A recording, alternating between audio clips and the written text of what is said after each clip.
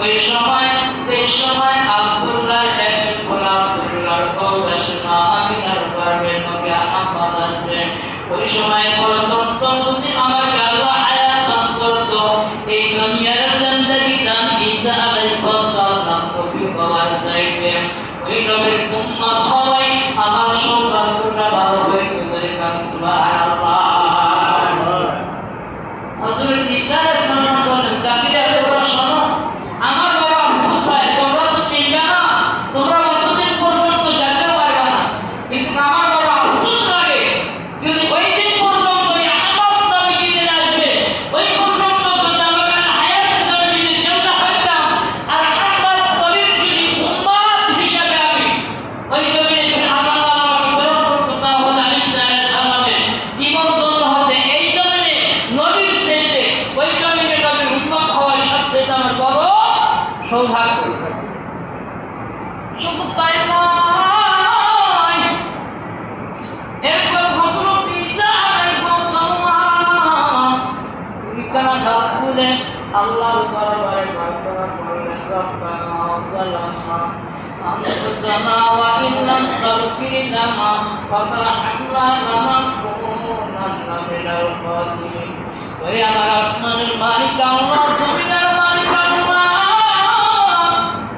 আমি আপনার আদালত বারকাতে পেশ করলাম মাবুদ হযরত মুহাম্মদ রাসূলুল্লাহ বলেন, আমার হায়াত দান করো। তাও যদি আমার ভাগ্য না কুলায়, আমি আপনার কাছে দুই নম্বর দাবি করলাম, আল্লাহ আমি যখন চলে যাব, আমি যাবার পরে যখন নবী মুহাম্মদ রাসূলুল্লাহ জমিনে আগমন করবে গো আল্লাহ, ওই নবীর উম্মত হিসাবে একটা আরেকটা বারামায় দুনিয়ায় প্রেরণ করে দিও। তোরে বল আমার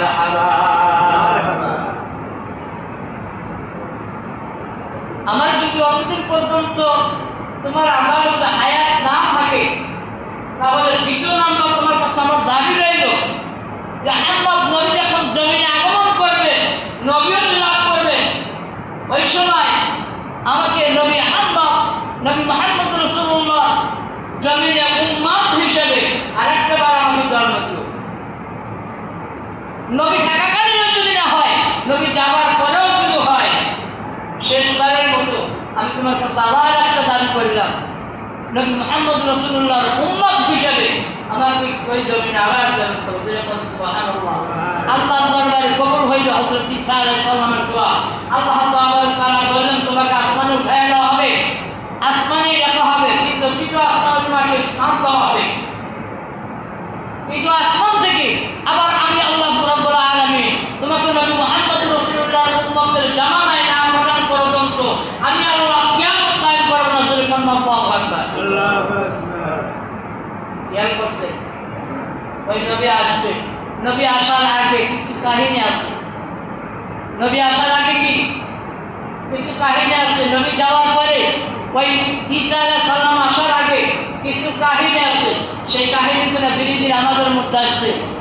আল্লাহ নবী জনাব মুহাম্মদ রাসূলুল্লাহ বলে গেছে, ফরজ দরজার আগমন করবে।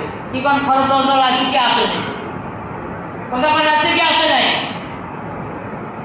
নামাজও পড়ি, মানুষকে ভালোবাসি, নামাজও পড়ি, অন্যায় করি, আল্লাহ এটা বলেন নাই। নামাজ সালাত বিকাল কোন কারণে দিচ্ছে? আল্লাহ নবীর কাছে একজন সাহাবী গেলেন, একটা